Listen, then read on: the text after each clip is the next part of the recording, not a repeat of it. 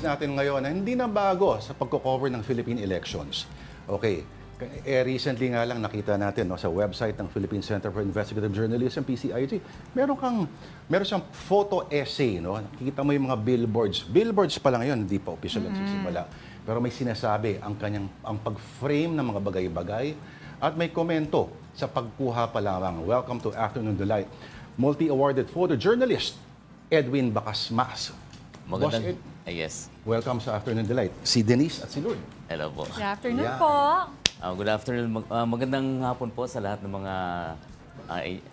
mga taga-subaybay ng inyong programa at tagapanood. Okay. Si Sir Edwin po ang presidente ng PPP. Hindi po ito yung Public-Private Partnership, kundi Press Photographers of the Philippines. Opo. Okay. Malamang kasi baka marami nang nalilito kung ano yung press, Boss Edwin. Pero kayo yung mga photojourn talaga, ibig sabihin. Kayo yung nakikita nyo sa mga, sayang, nandun yung dyaryo ko eh. Meron pong tinatawag na dyaryo at yung nakikita nyo yung pictures doon, sila po yun. Ang pumipitik at sila ang nagko-cover ng kasaysayan as it unfolds before our eyes. Pero Boss Edwin, yes. Matanong ko lang muna, pag election ba, ano ang boring ba yan para sa photographer? Yung simpleng kampanya, boring ba yan o exciting ba yan? Kahit anong sa amin ang coverage, kahit anong coverage yan, simple or yung mga exciting na napakahalaga nito para i-record. Kahit simpleng handshake lang, yung pang Manila Bulletin yun. Oo, yan, napakahalaga niyan. Mahalaga pa rin. Oo, pero kailangan dito ang talento ng na isang katulad namin mga professional photojournalist.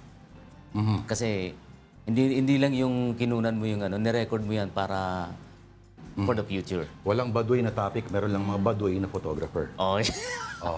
Sir Edwin, curious ako, when you're, let's say, yun na lang ulit, yung setting ng election, is there certain things that you look for o aabangan na i-anticipate mo na ito, magkakasalubong to, mag-handshake to, yung crowd, let's say, mga ganyan. Meron po ba kayong mga inaabangan or you really just keep an eye for everything that's happening around you? Merong mga inaabangan na mga senaryo na nasa nasa isipan mo na bago ka pumunta doon sa coverage. Halimbawa, yung kailangan din na yung background ng kino-cover mo, yung subject mo. Yes. Alam mo. Oo, alam mo dapat. Saka dapat advance ka doon sa lugar na may kung saan i-held yung event. Parang maaga si Sir Edwin kanina. Yan ang advance na tinatawag para ma-survey mo. Okay, sa panahon ngayon where everyone is a freaking photographer, kahit sinong may hawak ng cellphone, feeling nila Ansel Adams na sila o Bruno Barbie o sa Sebastião Salgado. Kayo ba nung kumalat ang digital camera, ang mga cellphone sa camera, medyo nanganib ba kayo na parang magiging extinct na kami? What keeps you going ba para sa inyo? Para naman sa amin, di kami naapektuhan doon dahil iba yung namin kung photojournalist ka, alam mo kung ano sa sarili mo kasi naging instinct na yan, kasi everyday na ginagawa mo yan, nagiging instinct na sa'yo. Tapos profession mo yan, alam mo dapat kung ano yung dapat na istorya na ipaabot doon sa readers. Ang hindi nila sinasabi, Denise, kung gaano ka-artful ang mga kuha nila, This is, pakita natin ulit, karamihan po dyan, mga kuha po ni Edwin Bacasmas at, ito ba kanino? Ay, mga kasamahan po namin yan. Mga kasamahan yan. O sa exhibit, pero pag-uusapan natin exhibit mamaya. Pero just to give you an idea, yan, kuha mo yan, Edwin. Yes. Ako kumuha niya sa Facebook mo May kwento ang bawat larawan. Iyong pagkuha ay, alam mong, isang tingin mo lang, hindi man agad-agad, pero may in composition niya, may sinasabi siya, makasining ang pagkukuha, ang balanse ng kulay, dahil yung nakasalala yung mensahe, halimbawa, ng picture, doon sa pag-frame mo, sa composition, yan ang hindi pwedeng gawin ng mga amateur, Parang yung ganda ng kuha na yung reflection na yan, Wow. Yan ba? Walang digital magic yan? ano yan, Pure reflection talaga yan. Ginamitan ng ano ng cellphone. Tayo Cellphone. nag-reflect. Okay. So, cellphone ang pinukuha dito. Oo. Okay. So, ibig sabihin po nito, wala po sa Panayan, nasa Indian yan. Oh, that's what they always say naman di ba? Oo. Kasi may mga kilala tayo kung telephoto lens, tindi pero Pero yung composition, wala yung composition naman doon. naman. Oo. Yeah, may tanong ka. Yes, Sir Edwin. Yes. We know, 30 years po yung experience nyo. Been there, done that. You've seen it all. Pero throughout 3 decades, sir, anong pinaka-unforgettable experience nyo sa photojournalist? Ano po yung talagang tumatatak sa inyo? Sa akin, lahat yun unforgettable dahil mahalaga sa akin yun, lahat ng mga kino-cover ko. So, lahat yun, naaalala ko lahat. Unforgettable yun. Oh, minsan din, yung may kuha ka, no, si Nuri Misuari at si Ferdinand, si Fidel Ramos. Na at si Ramos pa may pinapakawalan na kalapati. You would think na ito na, tapos na ang sigalot, matagal doon sa Mindanao, Sa yung Malabang. Oo, yung Muslim secession, yung mga rebellion na din. Pero hindi pa rin dyan nagtapos, no? Ikaw ba bilang ano yung pananaw mo sa mga ganyan? Na tumuloy pa rin yung problema sa ibang anyo. Oo nga dapat natapos na yung giyera pero yun pa rin katulad nung sa bigyan ko lang ng halimbawa yung sa Vietnam War. Yung mga isinikot na kunan niya yung bata na natamaan ng napalm bomb. Yes, oo. Doon nagtapos yung yung giyera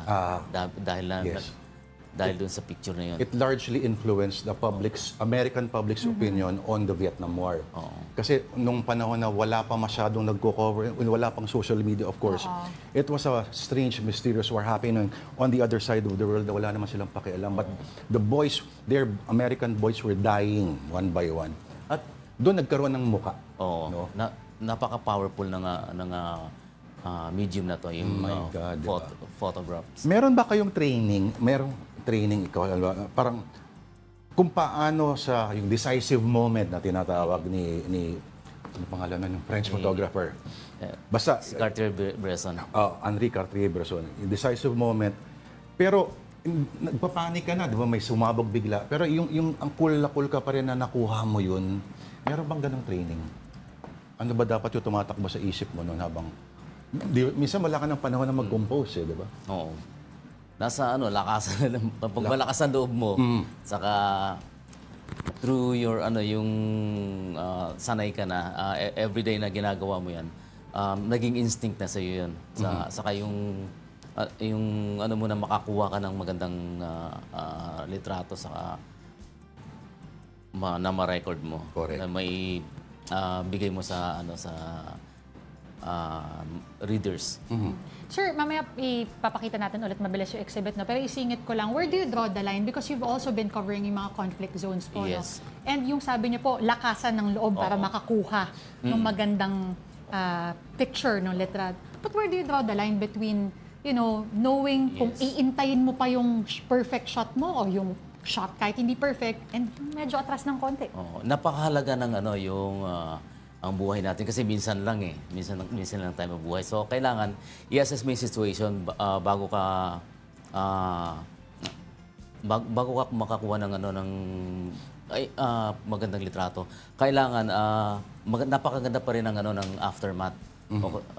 Hindi kailangan sugod ng sugod. Panahon ng social media, ang relevance pa rin ng press photography, Sir Edwin, para sa inyo. Oo. Panahon ng Sa panahon ng social media ngayon, bakit dapat may relevant pa rin ang trabaho po ninyo? Hindi kami naapektuhan dun sa kasi iba yung galing ng photojournalist. So pa rin ang photojournalist yung trabaho namin. Iba pa rin. Oo, iba pa rin. Oo. At magkakaroon po ng exhibit. Ang art and photo exhibit po na inorganisa next week ng PPP. Tell us about the exhibit, sir. Yung exhibit po namin na napagkasunduan namin na magkaroon ng photo exhibit na isama namin ang painting, mga artist. Actually, okay lang na wala yun dahil mga larawan niya mismo, malalakas na yung mga yun. Anyway, mangyayari po yan sa October 23 to 28 sa Makati Commerce Towers. At si Bernard Testa, ang kaibigan natin, ang bigotilyo ng Rizal ay sabing-sabing bigote niyan, kasama rin po dyan. At ito ba'y libre lamang na dalawin o kailangan ba pa-register pa ng kung ano-ano? Ay, wala, hindi rin po kailangan magpa-register dito. Kahit sino po pwedeng pumunta. Iniimbitahan ko kayo lahat na dalawin ito at meron po kaming photojournalism seminar. May seminar. Yan! Diyan maganda umaten. Libre po. Libre! Libre po. Kailan po mangyayari yan? Anong petsa dyan? Mag-uumpisa po ito sa after ng opening, 1 o'clock yung opening. So susundan ito ng mga series of seminars, photojournalism. Sa iba-ibang genre po ito kasi may mga iba-ibang genre ng photography. Sa sports sila, di ba? Sa kinabukasan, sa mga 3 araw po. 3 araw. So, may website naman po or may Facebook page ang PPP, ang Press Photographers of the Philippines, ang maaari po ninyong puntahan for more information. On that note, nako, tatanong ko sana kung uso pa ngayon yung drawing na tinatawag sa mga photographer. But I'll tell you about it. Okay, sir, maraming salamat po. Ay, idol po natin ang photojournal na si Edwin Bacasmas, ang presidente po ng Press Photographers of the Philippines. Mabuhay ang Philippine Press Photography. Thank you, sir. Maraming salamat. Salamat po, sir.